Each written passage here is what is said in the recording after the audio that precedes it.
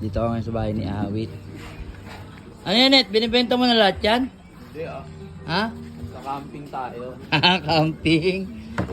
Sa camping tayo. Kasi minsan sa buhay natin, kailangan natin maging relax. Diba?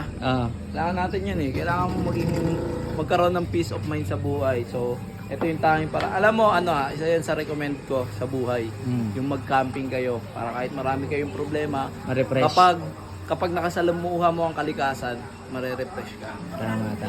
Net, ang dami nagtatanong, totoo raw ba yung, yung hula-hula sa'yo, yung kulang-kulang? Itaas mo yung kamay ko.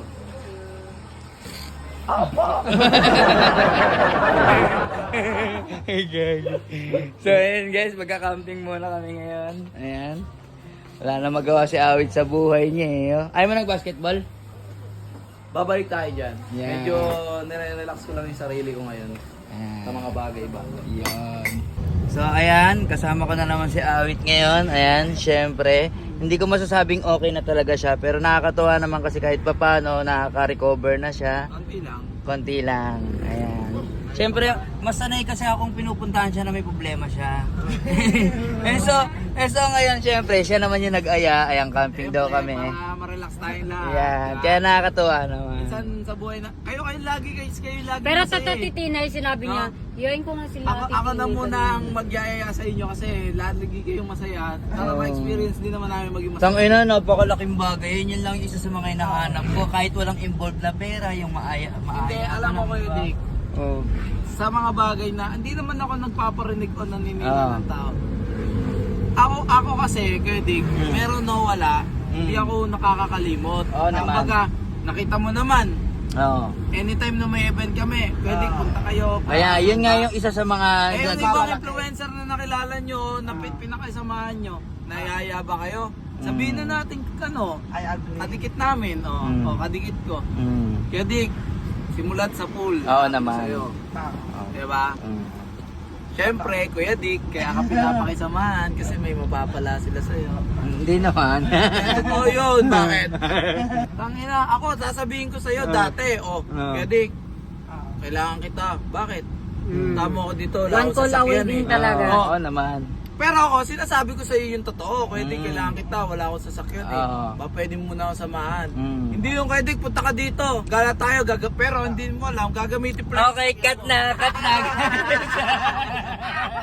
So ayun guys, magka-camping muna kami.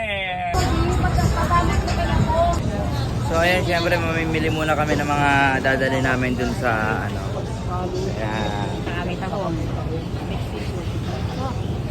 Oo. Butter lang naman yung garlic sa oyster. Yan, mamimili kami Ha? Pang-camping natin, camping. Yeah. Hindi tayo hipon kasi syempre, medyo may pera na tayo konti. Ano na tayo?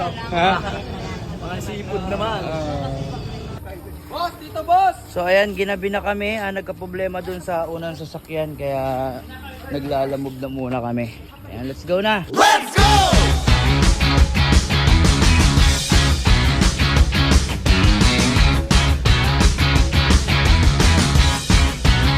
So ayan guys, nandito lang kami ngayon sa may Luklukan site, dito yan sa may Tanay. Ayan, kadarating lang namin halos at di na namin napakita yung mga gandang tanawin papunta rito. Ayan.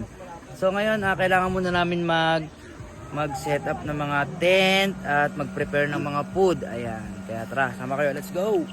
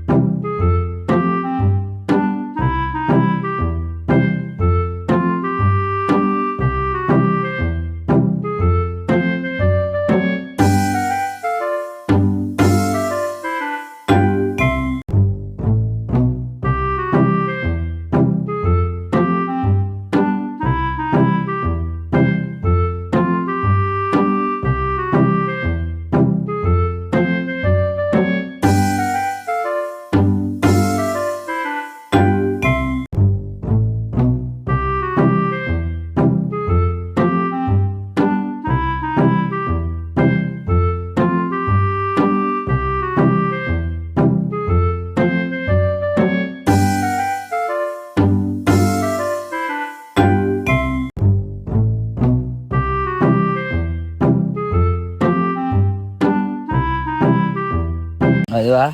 Kita mo naman kung gaano kaganda. Ang ganda, di ba? Oh, may airbed pa. Panis.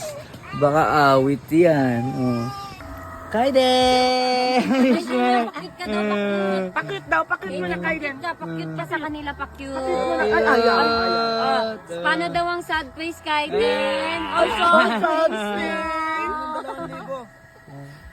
Oh, Lamig, Kuya Dick. Ganda, oh. Ganda.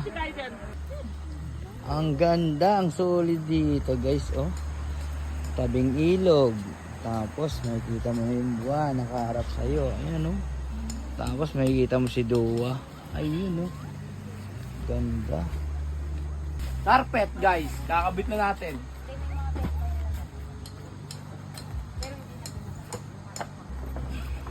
So, ina solid. Magkano bili mo dito sa tent mo, net? 85. 85? Hindi daw nagkakamali. So, ang ganda, oh. Hmm? Solid. Tingnan mo. Ganda, oh. Dick. Ay. Ito, supa to. Oh. Supa. Tapos ito, airbed. Oh, ito. So mamaya makikita mo yan. Set up yan. Ano ba? Parang nasa kwarto mo talaga, ano? Oo. Nandiyan tayo, labas tayo dyan. Kakain lang tayo dyan, di ba? Ang Kaya angas, oh. bubuksan yung mga yan para malamig. Oo, tama. Ganda. Solid. So, ito, dito yan. Bibili pa kasi isang ganito eh. Sabi ko compound na yun. Apartment na Bibili yan. ako mas malaki para sa kanila na kasi to. Ah, okay. Bibili ako mas malaki dito. Kasi ito, nasa 85,000. Yung bibiling kong isa, nasa 165. Di ba? So, ayan na. Na-prepare na namin yung mga tent. Ayan. Pero may pinaka ano. Projector lang yun. Ano to? Ano to? Projector. Projector? Puta panis. Wala kang ano yung Kompleto. So ayan guys, syempre, ito yung ating unang gabi dito sa, anong lugar to, Net? Luklukan. Ayan. Ayan guys, kakain na muna kami at tomorrow na yung aming next